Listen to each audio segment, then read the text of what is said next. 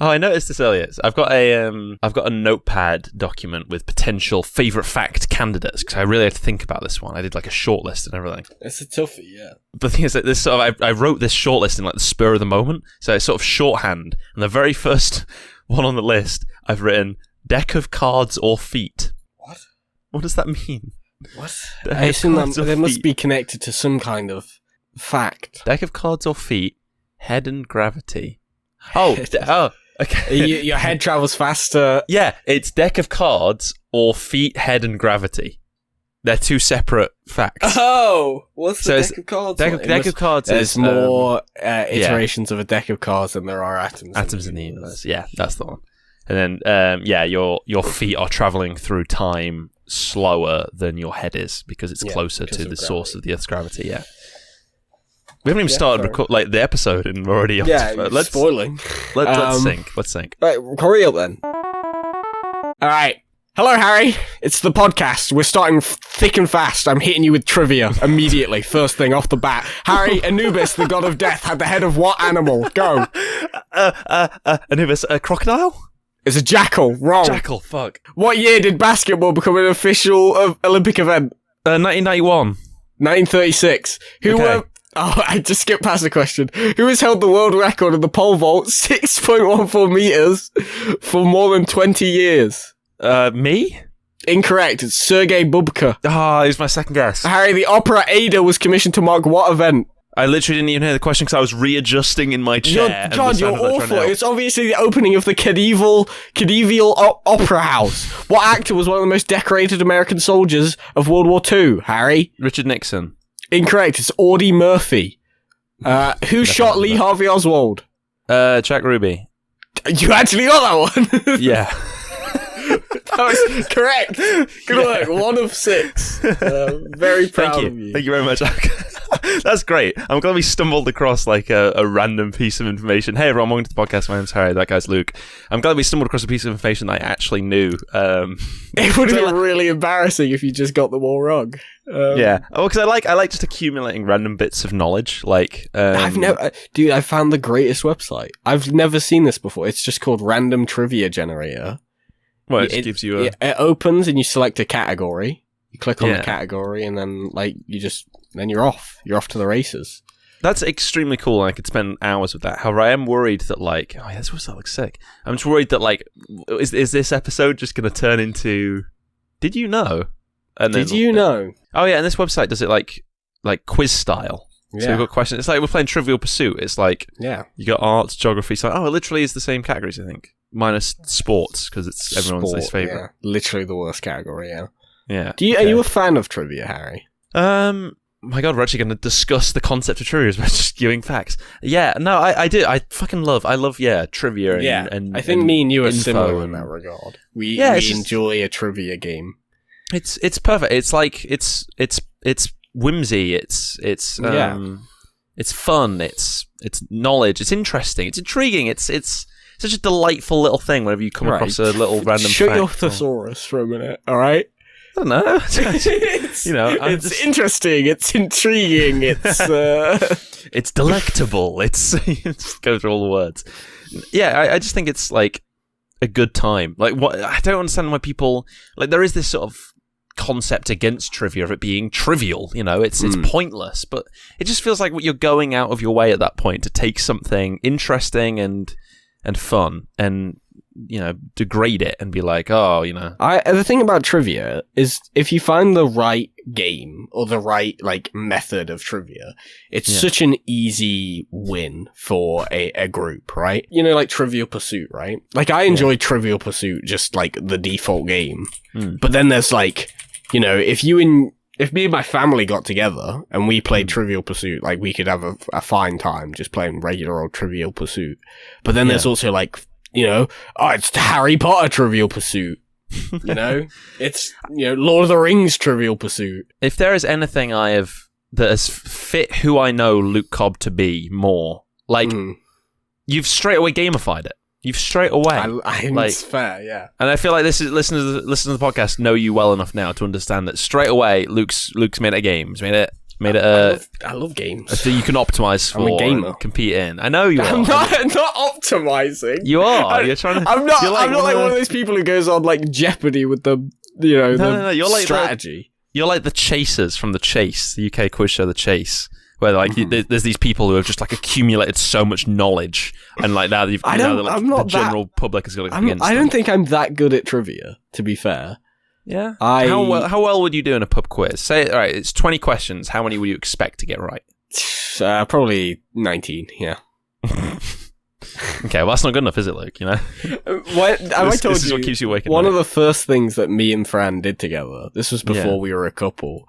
Yeah. Was we took part in a video game trivia competition. At I our remember this happening university. at the time. Yes, And we Yes. did win. So Oh man. Okay, you just want to get that on the record. yeah, Just I want wanna- that to be known that me and Fran, knowledgeable gamers. Was it specifically? But you said it was video game stuff. It was video game trivia. Yeah. Well, yeah, because everyone has their, or at least I feel like most people most people have like a sort of general area, be it sort of fiction, literature. Yeah, it's like Mastermind, right? You get your specialist subject. Yeah, I mean, Mastermind, that you really hone it down. Yeah, Mastermind is like something really specific. But I think most people to a sort of, you can kind of scale it up or scale it down. Like I could talk quite happily about video games and can answer most questions, most casual questions relating to video games. And then as you get more specific or more obscure, it becomes harder. And you could apply that same logic to sports or like. I was going to say the weather. You can probably, there's not much trivia features the weather, I think. How much rain is there? Yeah, in the world. But you can apply it to, history or science or arts. Yeah, like, and you can get really specific. I'm just going to start questions, throwing problems. random trivia questions at you throughout this podcast. No, Luke, recording. this is what we're avoiding. No. What type of bridge is the Golden Gate Bridge, Harry? A tower bridge. It's a suspension bridge, Harry. Oh, I could have got that. Okay, You fine. could have got that. That's why I asked you it. I wanted to up you a little bit, Give me one you think I'll get the answer to, so I can Okay. give you a boost. What does the military term AWOL stand for? Stand for? Yeah. What? I don't Oh my know. God, I really thought you would know that one too. I know what it means. I don't know what does it stand It's for. absent without leave. Fuck off. All right. Okay. Fine. Give me one you think I'll get. I did! I'm giving you 2 so far. Alright, hold on. I've got to scroll for a bit. You're fucking Jack Ruby. Do you think I know so little about this? I didn't think you were going to get the Jack Ruby one. These are all... No, you're not going to get any of these ones. Although you got the Jack Ruby one. Okay. Harry, how many pockets are there on a snooker table? 6. God, he's good. There you go. Okay. That one's easy. Yeah, You just have to count. This is fun, isn't it? It's fun to like. God only knows what I think the listeners already nodded off at this point, but like, it's just a fun thing to. I throw love at people. trivia. Yeah, like I think there are people who won't. I don't think it's a universally liked thing. That's why I'm the worst person to play Jackbox with. Oh, it's party games, everyone likes to play like the funny joke game. Yeah. Nah, give me the game where I get to show my dominant intellect. I know how many pounds there are in an ounce. Yeah, this sounds about right. Don't worry about how many pounds that I are got in an that ounce, backwards. How many pounds in an ounce? Yeah, but I feel like there's like a little buzz, like a little, little burst of serotonin or excitement when like you're playing, some kind of party game revolving around trivia and a question or a category or something like comes up that you know about. You just know, yeah. And it's something, so in the Jackbox Fight Pack, there's Trivia Murder Party, there's a sort of final round where it's a set of 3 things in a category. And an unspecified amount of them will be real things in the category, and the others won't be. So it'll be, Pac-Man Ghosts, and it'll be Inky, Clyde, and Trevor. And you'll have to select the ones that are actually Pac-Man Ghosts. And so, but the little rush it gives you when like it pops up and it's something you recognize, and it's like, it'll be, something Luke would appreciate. It would be like, editions of Trivial Pursuit, and he'll be like, "Oh, I know these. I love Trivial Pursuit," and he just take them all off. He'll talk you through it, like no problem. And so, and it just gives you that little rush, a little bit of excitement because you know the thing, and other people in the room are trying to guess and speculate. You've got it down. Every now and then, I think back to playing some variety of trivia game with. It was me, my mum, and my dad, my sister. and 2 family friends. Okay. And I remember a question came up relating to cards in a deck of tarot cards. Oh, perfect. And it was like, the Emperor, the Fool, the Serpent, and the Magician. And you had to, point out which one was incorrect. And I was like... It's satisfying, isn't it? Like, you I just know it. It's such a deep-rooted satisfaction. And everyone was like, how the fuck did you know that? It's like, well, I'll never tell. It's a little obscure bit of knowledge that, like, you pick up on. Or alternatively, it's something you have a genuine interest in, and you can pull from your own insights and stuff like that. I mean, and that kind of makes me curious, like what... In that case, if we're sort of synonymizing trivia and knowledge, what is trivia specifically? What does that mean? That's a good question. I don't know. Because trivia for me is just like the knowledge of facts, right? Okay. Because like if I don't really know. Because let's remember, we're doing favorite fact. But I think a trivia is fact. I think trivia is typically called trivia because like trivia would be, knowing like 3 actors from a movie that also starred in a different movie, right? Like that's trivia. It's just a piece of knowledge that is pretty meaningless ultimately. Whereas like a fact might be, just something hard and true about everything as a whole that also might actually have some kind of practical use. Like, I know exactly how many gallons of blood are in a human body. I don't know why that was the first thing that came to my mind, but... Human head has a capacity of 4 litres, so probably more than that. That could help you. In a medical situation, Exactly. It's like, oh no, we're in the zombie apocalypse and we've got to move all this ice cream to our new base.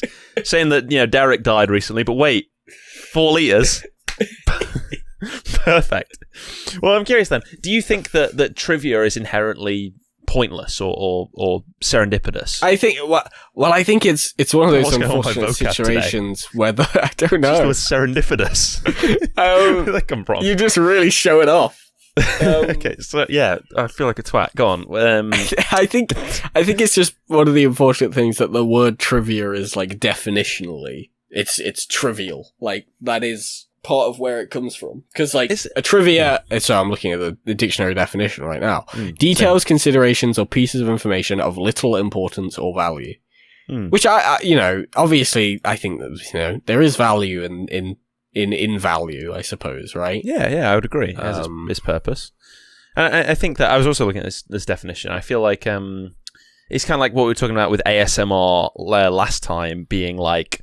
okay, it means this specific thing, but it's broadened to mean a genre now. Yeah. Trivia specifically means a particular bit of information or fact that is, of little importance or value. That's the defining quality, but it's just sort of widened to mean, I would say like a single unit of information, a single little fact, a single little thing. It could be interesting. It could be like one of those fun ones you see on that website we were looking at a moment ago, or it could be, something about science or a single unit of information about the arts. You talk about Van Gogh painted a Starry Night in the same year that Coca-Cola and Nintendo were founded. Yeah, it's just it's a piece of information about something, and it's trivia. Is that useful? Is that of little importance? I don't know, but it's a piece of trivia. I suppose it's all context dependent, right? Because like for me, that would the majority of the time be a pointless piece of information. But like, if for whatever reason I really needed to know what year Nintendo was founded, and I also had the piece of information knowing that it was painted at the same time Van Gogh was painting the Starry Night, and also I was in an art museum at the time. Then I could tie all those pieces of information together to reach a good conclusion. But obviously. That requires a couple of dominoes to be in the right place, shall we say? Because I mean, what's trivia to one? One man's trivia is another man's treasure, right? If I'm in the gaming industry, then maybe it is important that I know that you have 3 hearts in The Legend of Zelda. But if I'm a life-saving rocket surgeon, probably not that as important for me to have that. Yeah, exactly. So I suppose it's, I don't know, what is knowledge if it isn't applied? I don't know. I mean, it's a more philosophical thing. And actually, I'm curious because when it comes to facts and trivia, there is so much room, since it isn't applied, for misinformation because there's no stakes. True. For example, I very speedily just Googled that Coca-Cola Starry Night thing. Did you make and it I up? can't quite piece it. Like, I remember seeing that because Nintendo, and also it was the same year Hitler was born. A lot of stuff was going on at this time. Yeah. But I can get sources for some of these things. But then there's like, okay, when was Coca-Cola founded versus when it was invented? Which type of Coke are we talking specifically? So, like, I think that might not be correct, that Coke one. That particular, that Coca-Cola aspect of that Are you telling me fact. it's a factoid? Yeah, might be wrong. It's something factoid, that sounds true, but is actually a false fact. Which is great, because the word factoid itself is a fact, because most people think a factoid is a small fact or a small bit of information, when in reality a factoid is something that isn't true. Yeah. So that was just, if I'd have said that, if I'd have just left it, people would have gone about their day thinking it was true. Like, because why would you not believe it? And then if I was in this art gallery where I really needed to know what year Nintendo was founded, I would have been fucked. Oh my god, would you look like an idiot or what? I would, egg on my face. Especially if the curator had listened to this episode and they'd heard me already debunk it. God, it does remind me, because like this is such an innocuous piece of information. Innocuous. What am I doing? He's just knocking it out of the park today. I feel like such a dickhead. Oh my god. What's happened to you? I don't know. What have you got recently? Did someone buy you a thesaurus for Christmas? Well, it was my birthday recently, so like. That's what I meant. I said Christmas. It's not been Christmas yet. Last Christmas, but it's only just really started to, I dusted it off. No, look, we're getting lost in the weeds. Point is, I remember this like random piece of information, which was I caught a brief bit of TV, some kind of celebrity quiz show, funnily enough. Okay. And Ainsley Harriott, famous chef, was talking about, like, he's trying to figure out the answer to a theatre-related question. Right. And he was talking about stage left and stage right. Yeah. And he said, okay, so stage left is this way, so therefore, blah, blah, blah, blah. And he pointed the wrong way. He pointed to stage left, which would actually be house left, the other way around. It would be stage right. But like that wasn't a component that was never talked about. He just got it wrong, but no one would ever correct him. No, because why would they? No one he'd go the rest of his life never knowing. He thinks that. Like, that episode just aired, and that was just a piece of misinformation that will never be called out, and it doesn't matter, but happened and went unacknowledged. Like, so I wonder how much misinformation is just floating around. Yeah, I mean, you're right. You just don't even think about. But it's like, when someone who is in, like, kind of position, right? Because I think I have a tendency to do this as well, as someone who, like, pretty regularly I'm listening to, like, content creators online. Yeah. I'm just kind of absent-mindedly consuming this amount of information that I never really directly question. Yeah. Right? And it's just like, they're just telling me, like, not even necessarily, like, facts, just, like, pieces of information, right? And they'll just be absorbed. And I'm just hoping, by all accounts, that they're correct. Because if it's wrong, too late. It's already been assimilated into the vast fucking mind palace of all my knowledge, conglomerated into a single event. Doing yourself, tooting your own a little bit there. This vast, intricate. Sorry, I was just trying to one up you. Yeah. So, and I suppose on the larger scale, this is how you end up with like myths and things like entering the sort of common. I mean, that's how we end up with vernacular. God damn!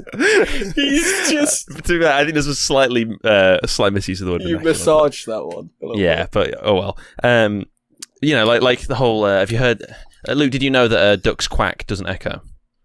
That's just wrong. This is wrong. It does. Luke, do you know that goldfish have a 3-second memory? Do you know that you can't look up if you have your tongue sticking out? Yeah, you can. Got him. I always see this on TikTok where it's like, do you know you can't bite your lip while you fucking think about bees or something like that, and then they take a picture of you. Take a picture, yeah. Yeah. So, but yeah, the goldfish having a 3-second memory. Dogs actually can't look up though. Really? No, I lied again. Got you. Fuck. That's the thing. Sometimes all it takes is to just switch the tune, right? put on that voice that, like, I'm telling you a fact voice. If you sound like you know what you're doing, the best application I found of this in day-to-day is playing the drinking game Ring of Fire, where you have to, there's a particular circumstance where you have to go around the circle, go around the table, saying a word that rhymes with the original word. So it will be, tree, and then bee, and then key, and then, and you go, and whoever can't think of one has to drink. If you say with enough confidence, just anything, cheese, ye. I was just looking at my keyboard. I was like, P, key, knee, yeah, when you say it, because if it goes quick enough, because everyone's speaking, and you just say it with confidence, people will move on. No one's going to question it. Yee, and it moves on to the next person who's now under the gun. It's like, but people just believe you. It's like, it's kind of a scary thing. Like, if you say something with confidence, people just believe you without question. It's one of the reasons why I mean, why the Nazis existed. Okay, well, I mean, I wasn't necessarily going to go down that route, but you're not wrong. I mean, that's something for people to think about, I suppose. Definitely something to analyze in there. Well, no, I was going to say, it's why I think it is important to kind of regularly make sure that what you're saying is actually correct. Because there is kind of this, like, it's all about, like, the trickle down, right? Like, one person can say something that's false, okay? And that, ultimately, end all be all, that's not that harmful. But you say that to, one other person, and then they say it to, two people, and then those two people spread that information, and it scatters, it cascades onwards until, like, eventually, fucking half the population of the world think that dogs can't look up, and my god, think about how much damage that could do. What if this is like, that's the legacy of this episode? Like, people just, maybe I sort of cut out a little bit of, being like, oh, really? Dogs, they actually can look up. And so people who aren't really paying attention, they miss that bit where we clarify it's false, and then it ends up becoming like a widespread thing. Obviously, now that we've done this bit, that's not going to happen. We've done so many bits about the fact that dogs can, in fact, look up. And let's not confuse everyone. Dogs can't look up. No, I mean, can look up. Let's not confuse. It's a it's a strange thing, and I think it is. To sort of briefly touch on, like, I think people should keep on top of particularly important things, because his favourite fact. There are a lot of important facts out there that people should be aware of, especially in a time, in current times. Yeah, when there's so much misinformation. You look at what's going on with vaccines or societal problems or things like that. Facts really are important, and I suppose it's if you feel like you could be on the wrong side of history, or even if you feel like you're on the right, really, really feel like it so is important to go and double check and listen to the other side and make sure you're fully informed on this kind of stuff. I mean, this is the thing, right? It's like, it's easy for us to joke about dogs not being able to look up, but there are real, like, damaging facts that can cause kind of okay, I'm just finding one here that's kind of, missing persons reports, right? Yeah. So you have to wait 24 hours before you call the police if someone goes missing. Oh, yeah. Well, that's not true, obviously. Yeah. You call the police as soon as they go missing, if you have any sort of suspicion at all. Yeah. But it's like that kind of shit where, like, if you think in your head and, you've been taught over the years, like, that's just kind of a fact that you've held to be true just because you've never questioned it, right? Yeah. That could cause, like, an actual, lasting effect. Yeah, someone could fucking die, And then on the sort of flip side to that, there's as well as misinformation, there's really important little facts or bits of information. For example, like, if someone goes into cardiac arrest and, like, okay, there's a defibrillator box. Well, I know that if I take that defibrillator box down, I ring 999, they'll walk me through how to use it. I apply these pads to the chest, press this button when they tell me to. Like, and so that bit of information suddenly could save a life, just sort of that little bit of awareness. Even, I don't even know if you could crystallize it into, like, a snappy little bit of trivia, but it's information. It's facts about a thing that could be important one day, or even how you could trivialize it.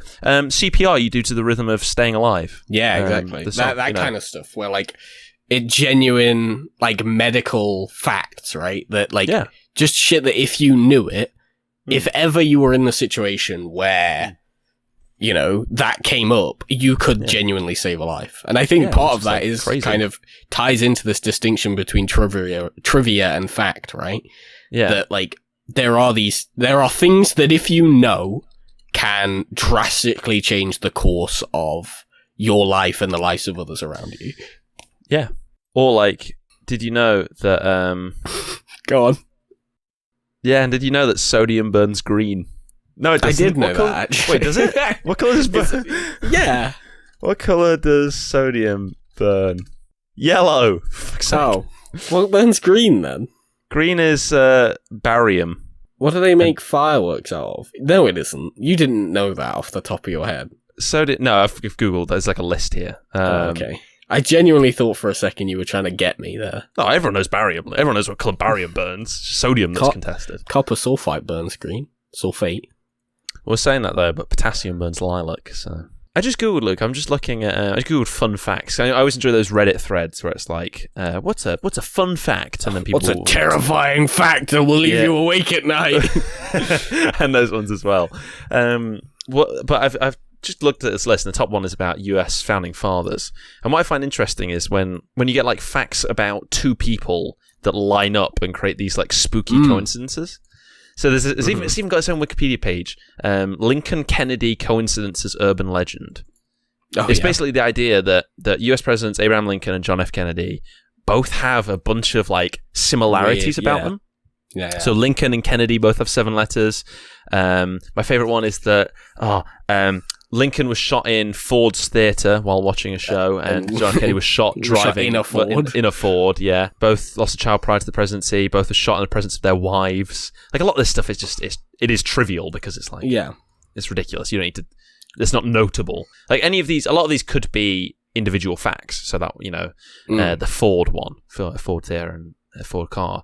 But you know, what people do is they start to like piece facts together and assemble like conspiracy, and you know that they're actually the same person. Yeah, like I don't even know what the Abraham Lincoln assassinated John F. Kennedy, and then was assassinated by Jack Ruby. Yep, it all came in. Full circle. Yeah, there you go. Lee Harvey Oswald and the other guy. It was John Wilkes Booth. It was John Wilkes Booth. Person. Lee Harvey Oswald, Abraham Lincoln, John F. Kennedy, and Jack Ruby in a battle royale, fighting it out. And I mean, I don't know who won. Who's alive today? None of them, probably. Is Jack Ruby dead? Oh, probably. Wait, which one did he assassinate? I always get them all mixed up. Yeah, he died in 1967. That makes sense. Yeah. Yeah, I don't know. None of them. They're all dead. I think, Luke. I think we should hear about what the people have to say on this. A handful of little facts, little things that the people out there listening to this show. What do they have to say? Love to hear about, and love to think about. And tell us about. What's your favorite fact? Right. Here's the thing about some of these facts: they have no context associated with them, so we're just going to have to on the fly, some improvised googling. All right. This one, first one here from Maria. Thank you, Maria, for writing in. People used to pay rent in eels. What? Completely the fuck devoid does of that mean? Context.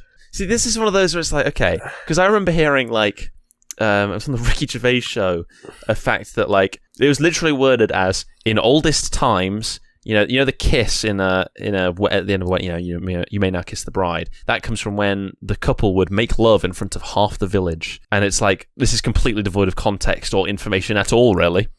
It's just. But it's like it's a fact that's so condensed. There is no information actually, and so it's like this: people used to pay rent in eels. What people? When? Who? Why? Where? When? Why? We're missing all the important points here. Eels I'm lucky. I found a tweet that might help me. Okay. So apparently, eels were usually counted in units called sticks, and a stick would be 25 eels. From the number of eels you can smoke on a stick at one time, 10 sticks of eels was called a bind. there were lots of eels in medieval England, and people ate. Obviously, we have jellied eels is a thing you can get in the UK. I haven't seen an eel in years. Folks in early medieval England often paid their rents using eels. Some eel rents were small, 25 to 50 eels. But some were quite large.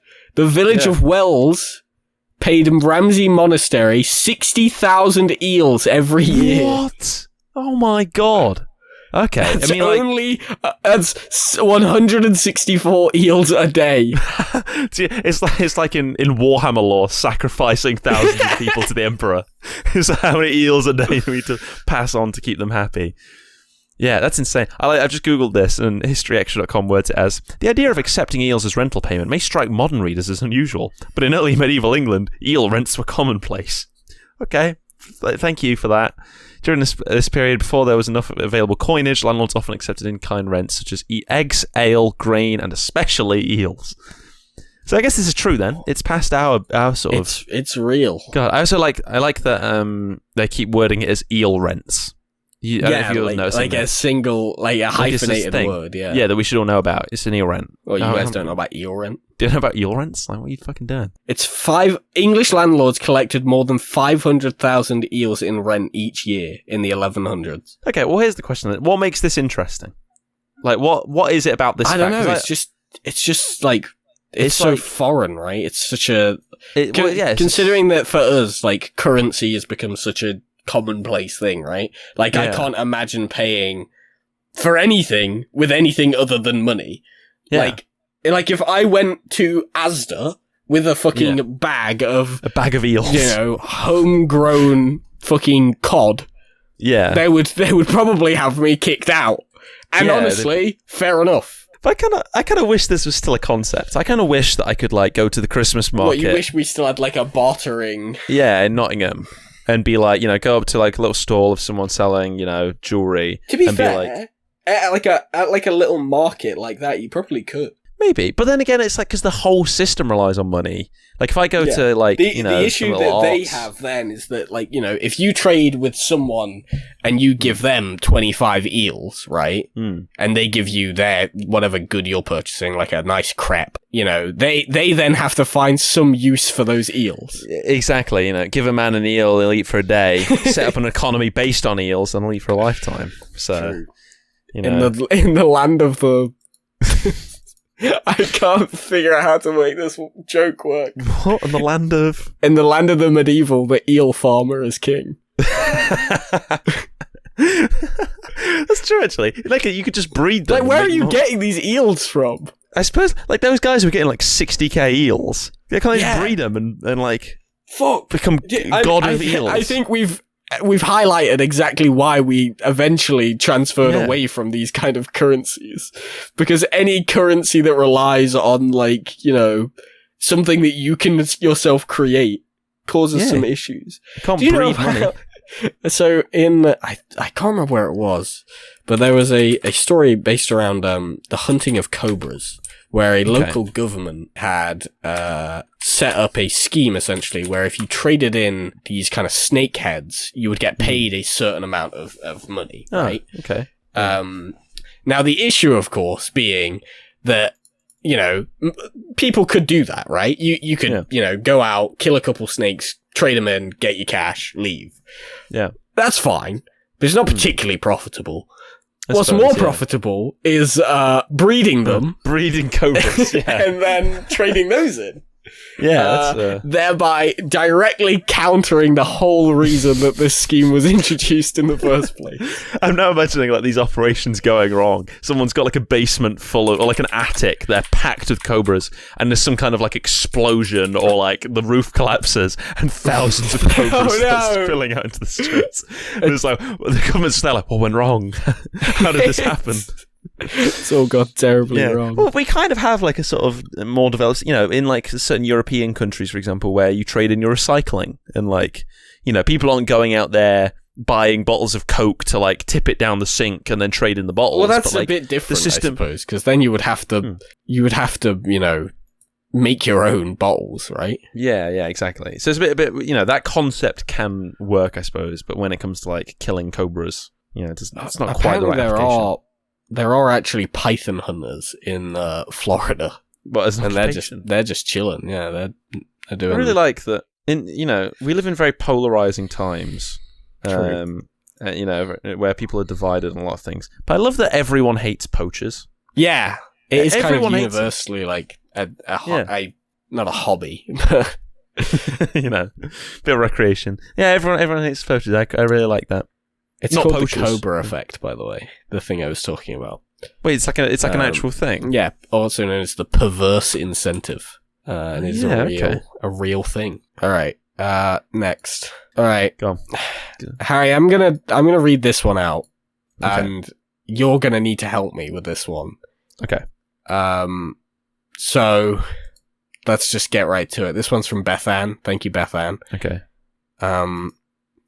Prince Charles cheating on Diana caused Pedro Pascal to be cast in as the Mandalorian. Yeah. Okay. I do know about this. This is fantastic. You're gonna need to break it down for me because I have no fucking idea. This is the butterfly effect. Is what this is. Mm-hmm. So it's Prince Charles divorcing Diana. Diana then goes and gets killed. True. Disney at this time, they wanted to put all their money into theme parks, and so they open this entire new park, this huge thing. There's a big ride, and it is a car chase where you're being chased by the paparazzi. Yeah. The circumstances of Diana's death, she was being chased by the paparazzi. There's a car, it's like a motorbike, and Diana dies. Paparazzi involved. It doesn't look good on Disney. So Disney then spends a whole bunch of money changing this park and changing the ride. It looks terrible on the CEO. He thought all the money was in parks. It's a massive flop. He resigns. New guy steps in. He thinks money's not in parks. Money's in streaming and films. So the idea of Disney Plus is conceived at this point years later. And so that gets constructed. Yeah, there's a bit of a time gap between those two things. Well, it's all happening over a period of time. The park being built, the ideas being conceived, the gap between Diana's death and the park. Yeah, blah, blah, blah.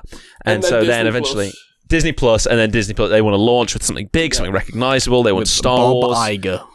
There you go. And he wants to give it a big name attached to the series to get it going, get it momentum, someone involved in Game of Thrones and all that. So they cast Pedro Pascal in The Mandalorian. And that is a great example of the butterfly effect. Yeah. Okay. I'll give you that one. How do you feel about the butterfly effect as a concept? I mean, it's tough, right? Because the thing about the butterfly effect, is it's really hard to ever know to what extent it's played a part, right? Because obviously the whole point is that, like, this sequence of events that derive from any particular beginning origin point eventually, cascade into this single fact that we're looking at now, right? The events of the current day. But, like, I could say anything has led to anything, because, if anything were different, then maybe everything would be different now. Maybe if 30 minutes ago when we started recording this podcast, if you stopped reading your thesaurus, this would be a more, we more might be on a completely different wavelength right now. Yeah, true. I mean, it's sort of the world is baked full of butterfly effects, by nature. I would struggle to call anything relating from this kind of cause and effect as a fact, although I understand it. I get it. What about if you shrink it down? So, like, I've just got a quick list. There's one which is in 1945 they were going to drop the US were going to drop nuclear bombs on Hiroshima and Kokura. And it's cloudy in Kokura that day, so they went to the secondary target, Nagasaki. There's a very shortened butterfly effect of the weather, which is largely a sort of random force anyway, but in this case saved millions of lives and doomed millions of others. That's cheery. Yeah, but I was like, there's 20 entries on this list. I probably could have gone with a different, but I was familiar with that one, obviously. You just went for mass One genocide. of the biggest tragedies of human history. Yeah. Well, there you go. So, a bunch of other people could have died. I mean, I suppose the fact of it is, it comes down to how much you believe this single event actually did decide the course of history, right? Because Bob Iger, who was the CEO of Disney, I believe, in the 2 points that we were talking about previously, Yeah. Would he have still become CEO if, Princess Diana had never died in a fatal car accident? I don't know. Maybe. Exactly. It's entirely possible that a different event would have occurred that caused the previous one to. What the fuck was his name? You can't reach. There's no way you're going to reach for that. But exactly. So maybe something else happens a few years later, or could have happened a few years earlier, and then they step down, they resign, they could be killed or have a heart attack or so. Literally anything could happen. And who's the best man for the job? Who's next in line? Exactly. It's Bob Iger. Regardless of Diana or regardless of anything else like that. And we could be sitting here discussing a whole different thing. If the previous CEO of Disney didn't eat so much cheese, he wouldn't have had a heart attack, and then Bob Iger wouldn't have stepped in, and we wouldn't have got Pedro Pascal's The Mandalorian. Very true. But I feel like we're talking about very negative. I do still find it interesting. I do. It's still. I don't want to. And to look at it in your own life as well, and to be like, if I hadn't done this, what events have led to, I mean, it's fascinating, right? To think about these events I think that I find it more interesting to consider it on a personal level than this kind of grand, because the thing with any butterfly effect is you have to consider that there are also surrounding kind of cause and effect occurring there. Yeah.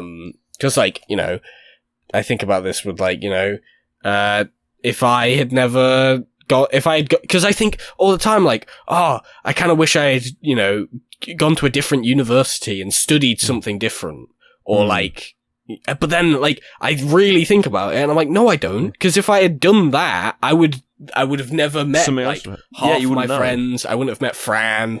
I wouldn't, and it's so much of it would be different at that point that we're talking about something, totally abstract, totally disconnected from where I am currently. Exactly. I mean, we're living in the universe where you're doing this podcast with me instead of your friend Max. Oh, your friend Max who you met at the University of Bristol, who, you didn't meet in this timeline.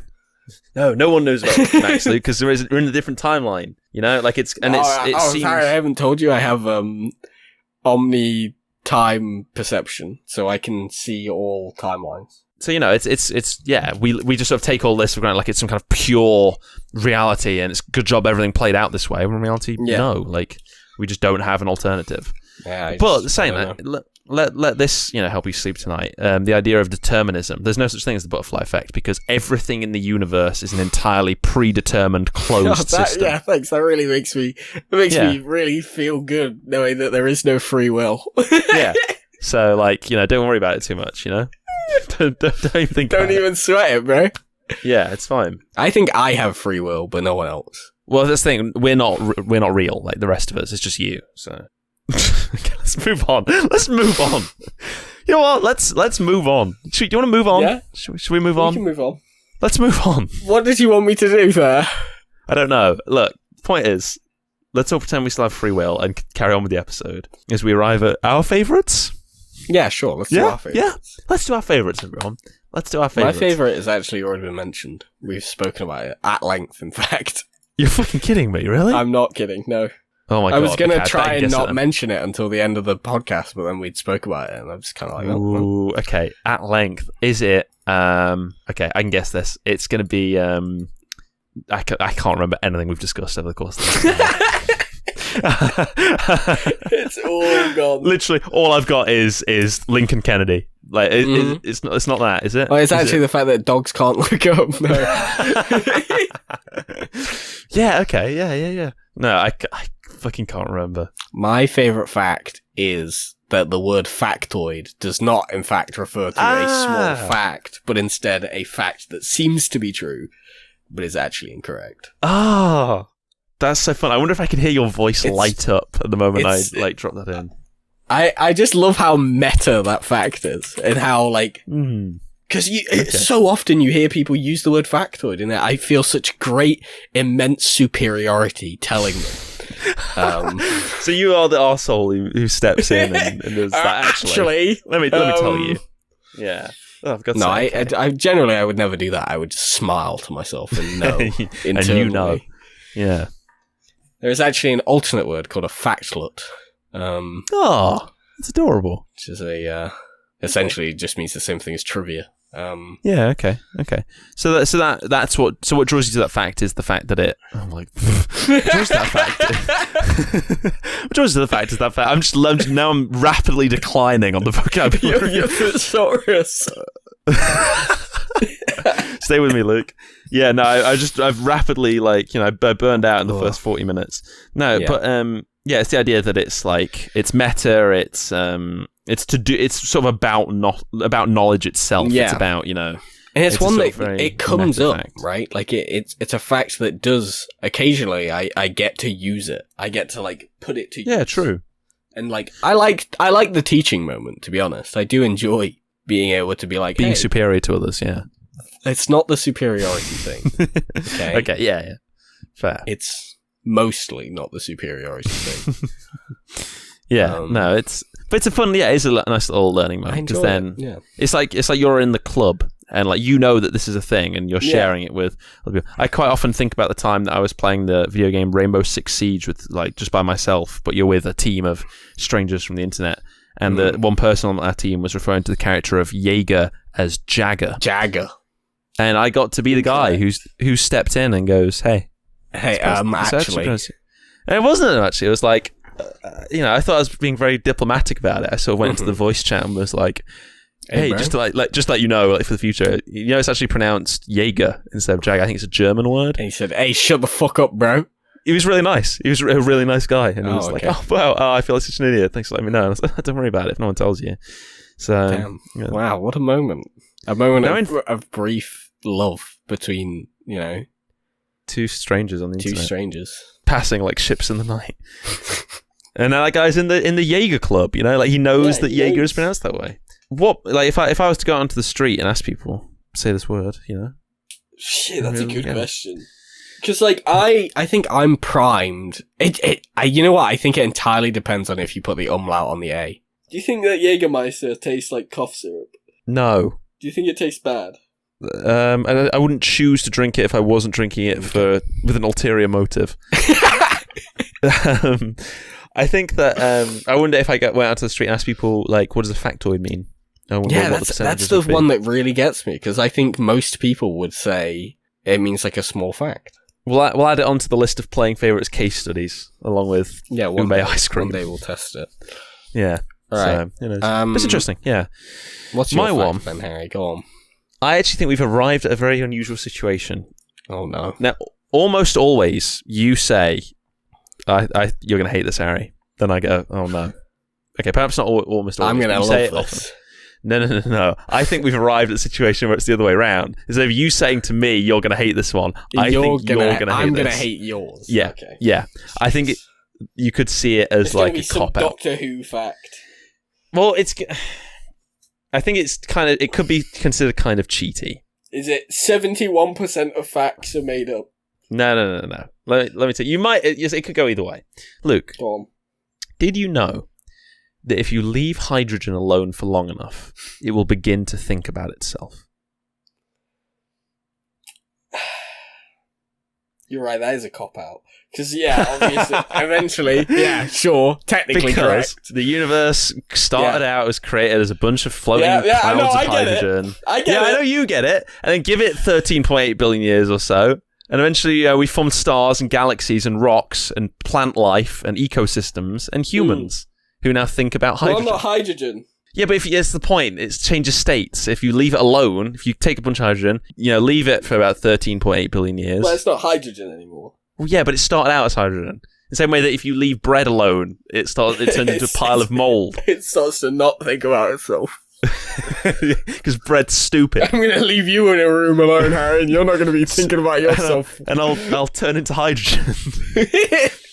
Yeah, but basically, I think... What do you think about that? What I want to know. Do you think that's interesting? Look, I don't think it's really a fact. It is. Well, actually, I don't even think it is a fact, right? Yeah, it is. It's true. I guess it's a fact in terms of, the vast, perception of time, right? Yeah. Given enough time, yeah, sure. It's probability at that point, right? Yeah. And you're banking on it. You're banking on eventually, these states occurring. Yeah. But, what if one day we hit the big crunch, Harry, and then the hydrogen's all too far away from each other and it can't change states? It can't think about itself. No matter how much time you give it, it's not going to think about itself. Nullifying your fact. You've been got, Harry. I don't know why you're going out of your way to disprove it. It is true. Like, it has happened, and therefore it can happen, therefore it's true. Like, if you give hydrogen enough time, it could think about itself. Whatever, in this universe... Well, I'm sure there's plenty of hydrogen that hasn't yet. Okay,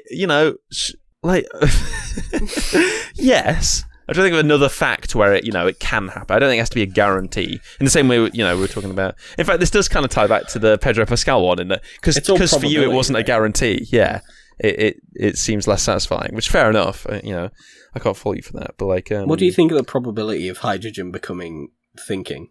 Probably. Well, that is the question, isn't it? That is the fucking Fermi paradox. Yeah, 100%. It already happened. All hydrogen starts thinking about itself. It's happened. So therefore it's 100%. No, but look, I'm trying to play to a sort of universal, grand scale, astronomical. Yeah, wonder, I get what you were going for. Sort of I almost went for of... a similar astronomical fact, but it was going to be related to how we originally measured the distance between the Earth and the Moon. How do we do that? It's all about triangles and shit, innit? Wow, that would have made for really good podcasting. I was going to go into a bit more detail, but I'm not going to... I don't really want to, Okay, we'll take... Yeah, I know what you mean. And okay, here's a little bonus. Here's one that made... No, go ahead. Give me the bonus. Get your protractors. Get your angle triangles out. Your little measuring ones. The little bonus is that around that time at the beginning of the universe, there's a whole bunch of crazy things happening. Okay, are we going to skip to Disney Plus this time? Because this hydrogen we do Disney Plus. No, it's because basically one thing I find interesting and made the shortlist, stop laughing, is that a bunch of crazy stuff was happening at the beginning of the universe that lasted for a fraction of a second. Because when you're talking about the universe, things either happen very, very quickly in immeasurable, really small amounts of time that often involve a little number with a minus as like an indice, or it happens on the large scale, the billions of years. And one that I find interesting is that right at the beginning of the universe, just as hydrogen and helium began to mush together and form as actual atoms and drift apart and exist, a phase called nucleosynthesis, which is happening right at the beginning of the universe. This sort of hot plasma goo of quarks and leptons, stuff like that. The period it took, the amount of time it took for them to actually form together into atoms, into gases that could exist, took half an hour. Took half an hour for a bunch of just sort of hot quark goo. Hot goo. Took about half an hour. How do you know that? I read a book on astrophysics called The End of Everything. I don't know. It's all fucking. Tell me. They asked God. I don't fucking know. They did the math. They did the. Look, you can go and read. It's by Katie Mack. The End of Everything. Astronomically speaking, it's a very Show me your workings. Charismatic. Go away. Look, it's just an interesting thing because half an hour is such a human amount of time. There are episodes of TV shows that are a half hour long. Yeah, I might but say was to it someone, actually half an hour, or was it that's like, what they say. 31 minutes and 52 seconds? Oh, fuck off! It was half an hour. Half an hour. I don't know. Maybe Katie in the book that she wrote was Do you think they rounded up or down? Effect? I don't know. Go. Why are you so anti-fun? I'm anti-facts. I'm a fact denier. I believe in factoids. We can't end. We can't end on this. I want to give a good fact note. now. Oh, go on. Okay, that was my little fact to I like facts about space. Yeah, me too. Space has a lot of cool facts in it. It does. Let's have a look for a fact about space. Facts about space. I like facts about space that are quite mundane as well. This is not a fact. What? There may be life on Mars. That's not a fact. That's just That's such a pathetic attempt. There may be a planet made out of diamonds. Not a fact. It's just all. Wow, incredible. I'm gonna find a good one. Oh yeah, did you know? Dude, this is cool. If two pieces of the same type of metal touch in space, they permanently bond. Do you know that? I've heard about that, but that's one of those where it's so cold extreme. welding. Yeah, I've heard about that. Because then I found out that you can weld wood. Yeah. Under the right conditions. I was like, mad. Welding, pretty cool. That's not going to be my last fact. This podcast is getting lamer by the second. Isn't it just? What? This podcast is just getting lamer by the second. As we look for facts about welding. space. Welding's quite interesting. Welding. Luke Cobb, 2021. Didn't you know welding? Wow, fancy. These are the same facts! I went on a different website and got the same set of 10 facts! This isn't even your little end bit. There are more stars in the universe than there are trees grains of sand on Earth. Well, you're right as well. Yeah, no, there's more stars in the Milky Way than there is trees. No, more trees on Earth than there are stars in the Milky Way. It's 500 billion odd stars, 2 trillion trees. Really? God knows how we count that. Oh my god! I had a worse voice crack I've ever had in my life. I think your balls just dropped. That's a wild fact. There's more trees on Earth. Your balls just dropped. And stars in the Milky Way. Yeah. How many stars? I'm googling. This doesn't seem like it could be true. How many stars are there? 100 to 400 billion stars. Yeah. And at least that many planets. How many trees are there? So, okay. Yeah, here we go. See, I've got my numbers wrong, but the fact is true. I'm seeing, according to Snopes, an estimate of number of trees being 3 trillion. 3 trillion? Yeah. That's so many trees. Trillion is when things start getting exciting. Yeah, thinking about numbers that big actually makes my head hurt. Because the thing is, right, I think the human brain is just not built to deal with numbers that big, right? Because, you give me... I don't think the human brain is meant to deal with numbers above 25. But you give me 1 million, right? And I'm like, oh, that's a big number. You give me 1 billion, and I'm like, that's also a big number. But it doesn't quite dawn on me how much bigger 1 billion is to 1 million. Oh, I've seen, this 1,000 times bigger. Yeah, exactly. There's that great one of 1 million seconds is 12 days. 1 billion seconds is 31 years. It's nuts. 1 trillion seconds is 31,688 years. 1 trillion seconds. Yeah. That's a lot of seconds, to be honest. I'll give you that one. Right, anyway, let's end the podcast. Okay, well, I feel we did a lot of rambling after the fact. We did. You're going to really need to cut that one down. But that's okay. This whole podcast has been a clusterfuck, and that's okay. I think that's the nature of just when you're discussing something as broad as all true knowledge. All facts. Everything that is true. I don't know what we could have done, but yeah, it's been a good one. I hope everyone's enjoyed listening to episode 33 of Playing Favourites. Favourite fact. It's a really simple one, isn't it? Really, favourite fact. Yeah. I think this might be the simplest. This is the simplest one we've done. It almost feels like you're encroaching on favourite movie, favourite, book. Favourite. Feels like we're sort of getting dangerously close to normality. Next week we'll do favourite type of carpet or something. But yeah, I hope everyone's enjoyed it regardless. That sounds like a good one. Favourite type of carpet? What? This is coming from a fan of welding. What kind of carpet? What's your favourite kind of weld, bro? Anyway, look, ridiculous. Save it for next time, Luke. Anyway, I hope everyone's enjoyed it. You can follow us on Twitter at PlayFavourites. We tweet out every time we're doing an episode, and you can tweet in with your favourite in that topic that we're doing the episode on.